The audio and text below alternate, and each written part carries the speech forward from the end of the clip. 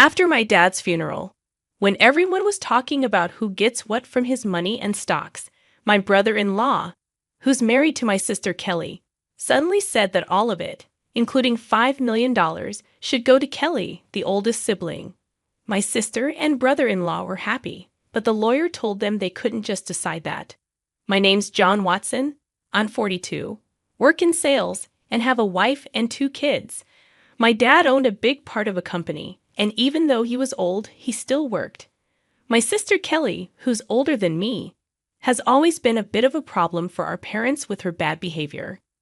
My sister, who's now in her middle years, still doesn't have a steady job and just lives her life however she wants. I've never really liked her, so I've always kept my distance. Then, when she turned 50, out of the blue, she brings home this guy and says, "I'm getting married." The guy, Chris Adams, is younger and good-looking, but he's pretty lazy and not very pleasant. My sister starts asking Dad for money for the wedding like it's no big deal.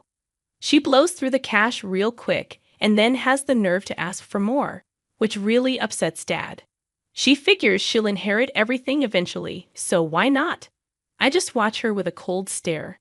Less than a year after she gets married, Dad has a heart attack while playing golf and passes away a few days later. It hits me hard, and I feel really sad. The sudden news of Dad's passing shocked all his friends, and our phones wouldn't stop ringing with condolences. But I couldn't just sit there and cry. I took charge, helping my stunned mom with all the arrangements for the funeral. As usual, my sister was nowhere to be found, off doing her own thing. After the funeral, utterly exhausted, Mom and I finally got a chance to catch our breath. But the very next day, a lawyer showed up at our door to talk about Dad's will. Mom and I already knew what was in it, but my sister and her husband barged in, clueless about the whole thing, and dropped a bombshell. All of Dad's stocks and the $5 million inheritance will go to my wife, the oldest daughter. So, hands off. Mom and I were speechless at their audacity. "We did it, Kelly. Now we're set for life," cheered my brother-in-law, fist pumping with joy. The lawyer, clearly surprised, spoke up, "Hold on a minute."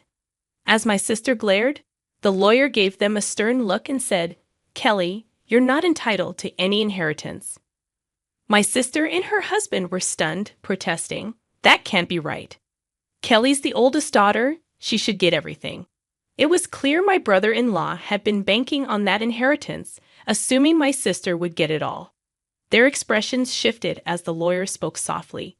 "Did you not know? Kelly is not Mr. Watson's biological child." Suddenly, my sister's face paled, her eyes darting to our mother. "Mom?" Our mother wore a complex expression.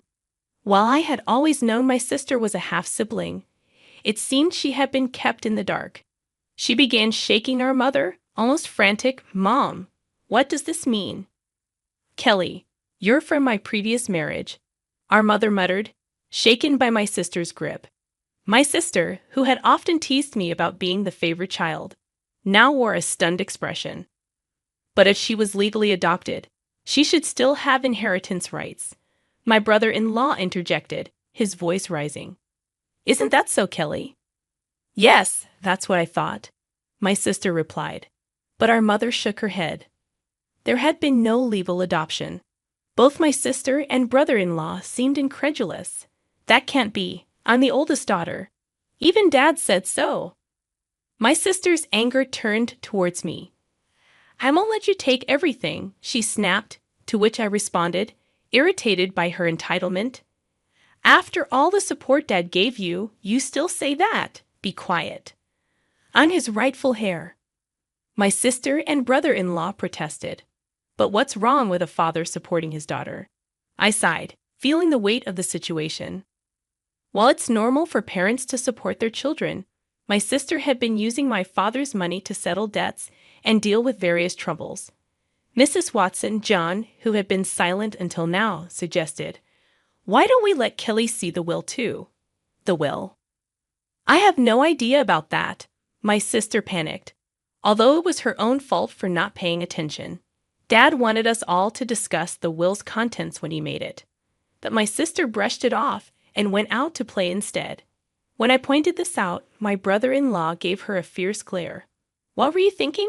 This was important. Faced with the question of what to do next, they agreed to hear it. The lawyer then revealed Dad's will, stating clearly that the inheritance was for me and my mother. It also explained why Dad didn't adopt my sister. Initially, he intended to, but he grew disappointed with her behavior towards me, her half-brother, and her reckless spending as she got older. So, I actually have no inheritance rights. Realizing this, my sister was stunned. Damn it! What now? Suddenly, my brother-in-law raised his voice, accusing, "You lied to me. You said you had money." His demeanor turned aggressive, leaving my mother and sister shocked. But I wasn't surprised. My brother-in-law had often shown his greed. Perhaps he even married my sister for her money. "Kelly, don't come back until you've got some money," he commanded. "Wait, Chris? What do you mean? I thought I was going to be wealthy. What a letdown." Roughly pushing past my sister, my brother-in-law stormed out of the room. Left behind, my sister glared at us, her face red with anger, and cried out to our flustered mother, "Mom, why didn't you have me adopted? It's not fair that only you get the inheritance. I should have gotten something too. But you didn't handle it right. This is awful, Mom," she sobbed, making a scene. I was taken aback by her outburst, but the lawyer seemed unfazed, perhaps accustomed to such drama. "Why does he get everything?" "Because I'm Dad's son," I responded, and my sister's eyes filled with anger as she lunged at me, shouting, "You! It would have been better if you were never born."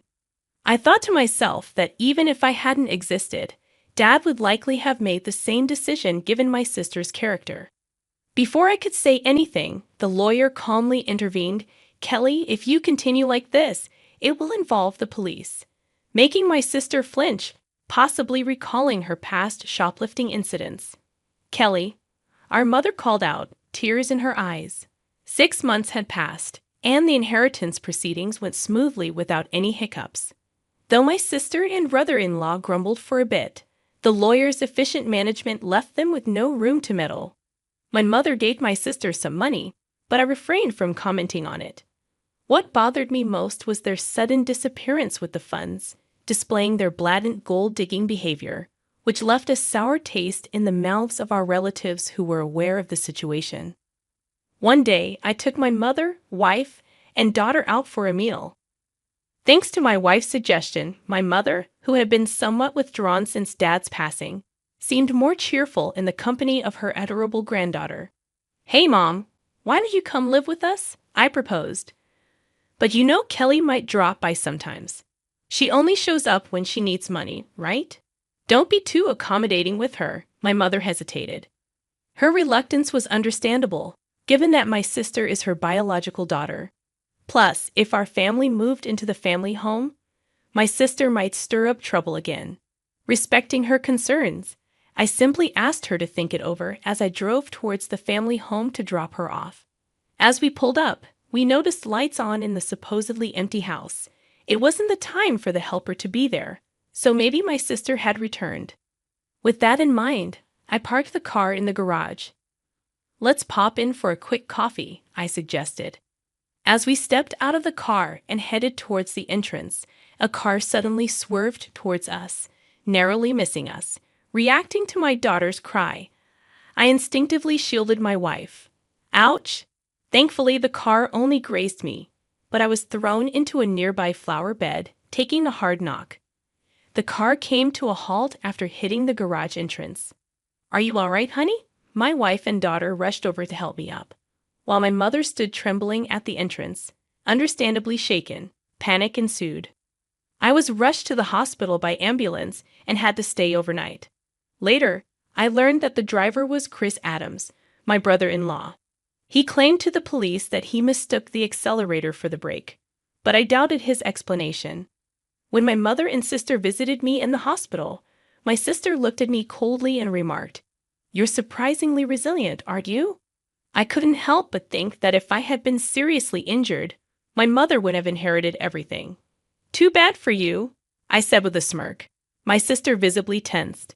"You were counting on it, weren't you?" I noticed her discomfort as she looked away. Well, Mom told me she plans to waive her inheritance from me, so causing such an accident was pointless.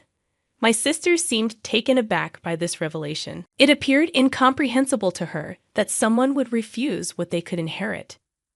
I have a wife and kids, so Mom asked me to pass it on to them. That's what parents do. But, my sister stuttered.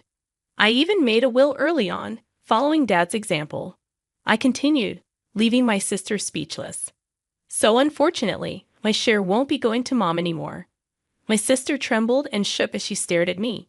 Can't you at least give me some? There's $5 million, right? When I firmly refused, my sister's face contorted into a furious expression as she grabbed my collar. Give me half. I'm your sister. I regarded her with pity as she continued to scream in an unsettling tone, perhaps driven to madness by the prospect of the inheritance. Don't you realize that your greediness would disappoint Dad? My sister's face flushed with anger as she reached for my throat. Kelly, what are you doing? My mother returned, her voice raised, as nurses arrived to escort my sister out. Although my mother seemed inclined to defend my sister, it was clear that my sister had directed insults towards her too. Where did I go wrong in raising her? It was heartbreaking to hear my mother say this with sadness in her voice. Shortly after, my mother fell ill. As her condition worsened, my wife and I stepped in to assist with transportation and household tasks at the family home. This seemed to upset my sister, likely because she had encountered my wife during her visits to ask for money or had heard about our help from our mother. One day, my sister called me abruptly. From now on, we'll take care of Mom. You two don't need to come, she declared. What's this all about? I tried to reason with her, but my sister didn't listen and hung up, claiming it was already decided. I confirmed with my wife, who had received the same message and been dismissed. Concerned about my sister's lack of experience in caregiving or household duties, I quickly reached out to my mother. Surprisingly, my brother-in-law had some caregiving experience. At that point, my mother was still quite independent, so it seemed manageable for the time being. I felt a bit relieved. However, within a month, my mother was rushed to the hospital by ambulance due to a medication dosage error. She appeared alarmingly frail when we arrived. The doctor was puzzled. My mother had never made such a mistake before. While my wife stayed with her, I went back to the family home, which was in disarray. The fridge was empty, despite my mother's love for cooking, and it seemed the hired help had been canceled without discussion. I felt ashamed for even considering trusting my sister and was furious. A significant amount of money had been withdrawn from my mother's bank account, even though her bank card and PIN were secured in the safe. Thankfully, the account containing the inheritance was untouched in a safe deposit box. But most of the funds allocated for living expenses were gone. I gathered essential items for my mother's hospital stay, along with her bank card, and returned to explain the situation to her. Did Kelly? My mother seemed unaware of the bank card situation. However, when I inquired about the medication error, she looked somber and confessed that it was prepared by my brother-in-law. Mom, perhaps it's best not to allow my sister into the house anymore, I suggested. John, I promised to take care of you, but the house is in such disarray, and you've lost so much weight. Have you been eating properly? My mother's words weighed heavily on me. Mom, you should come live with us. I'll build a home where we can all be together, I proposed, causing my mother to break down in tears. However, her health continued to deteriorate, despite the doctor's efforts. Perhaps the incident with my sister had weakened her heart. She never recovered and eventually passed away, almost as if following my father. Upon returning to the family home to make funeral arrangements, I discovered that all the valuables had vanished. It appeared my sister and brother-in-law had taken them in their desperate pursuit of money. Standing amidst the empty rooms, I was first shocked and then consumed by a fierce anger. I vowed to hold them accountable for their actions. The day after my mother's funeral, my sister and I were scheduled to meet with the lawyer, presumably to discuss the inheritance. Too bad. Mom's inheritance rightfully belongs to me, her daughter, my sister boldly declared. I couldn't help but chuckle at her statement, as it seemed she was gravely mistaken. Let's see what the will says, I suggested. As the lawyer unveiled the will, my sister's face drained of color. No, this can't be. Kelly is not entitled to inherit anything. That's Dad's final wish, my brother-in-law exploded. However, the lawyer calmly reiterated the same statement. This is absurd. Kelly is that old woman's biological child. My brother-in-law erupted, sweeping items off the table in anger. You can't deceive us. Give us the inheritance now. Chris, did you try to harm my mom? I confronted him. He shot me an irritated glare. What? I never did such a thing, he retorted. Then why was there a mistake with her medication? I pressed further. My brother-in-law scowled in annoyance. Who cares about that, John? It's outrageous that we're not getting any inheritance, my sister interjected, seemingly losing her composure. What have you done? I asked her, stunned. It seemed she hadn't rushed over after hearing about our mother's passing, but had been banking on the inheritance to cover her expenses. Tell me this isn't true. I'm getting nothing. My sister demanded of the lawyer. Well, the lawyer began, carefully explaining the legal distribution of the inheritance. However, after deducting the amount my sister had withdrawn and the items she had sold, there was almost nothing left. She scratched her head in frustration. This outcome was reached after consulting with the lawyer in advance, I interjected. That can't be. It can't be this little. My sister muttered to herself, clearly dissatisfied. Having relied on our parents without ever experiencing the hardships of work, she seemed out of touch with reality. I couldn't contain my contempt for her. Mom thought you'd take care of her, but you just took her money and abandoned her, you ungrateful person. I couldn't hold back my anger. Taking care of someone costs money, you know? What are you talking about? My sister shot back. Then show me the detailed expenses you used for Mom's living costs. I'll cover the necessary expenses, I challenged her, extending my hand. My sister's face paled, and her lips trembled. I don't have that. Without receipts, it won't be recognized, the lawyer emphasized, leaving my sister speechless. Facing her, my brother-in-law attempted to sway me with a pleading tone. John, your sister really needs help. Can't you lend her a hand, even just a little? I declined firmly, feeling my frustration growing, and it seemed my brother-in-law was reaching his limit too. If everything had gone as planned, Kelly would have had the entire inheritance by now, he muttered. What do you mean by that time? I questioned, but before I could delve deeper, my brother-in-law let slip a revealing comment. Because of this guy, nothing ever goes smoothly. I was supposed to get a new car, but all I got was barely enough for repairs. My sister desperately tried to interject, but it was too late. That's a serious accusation.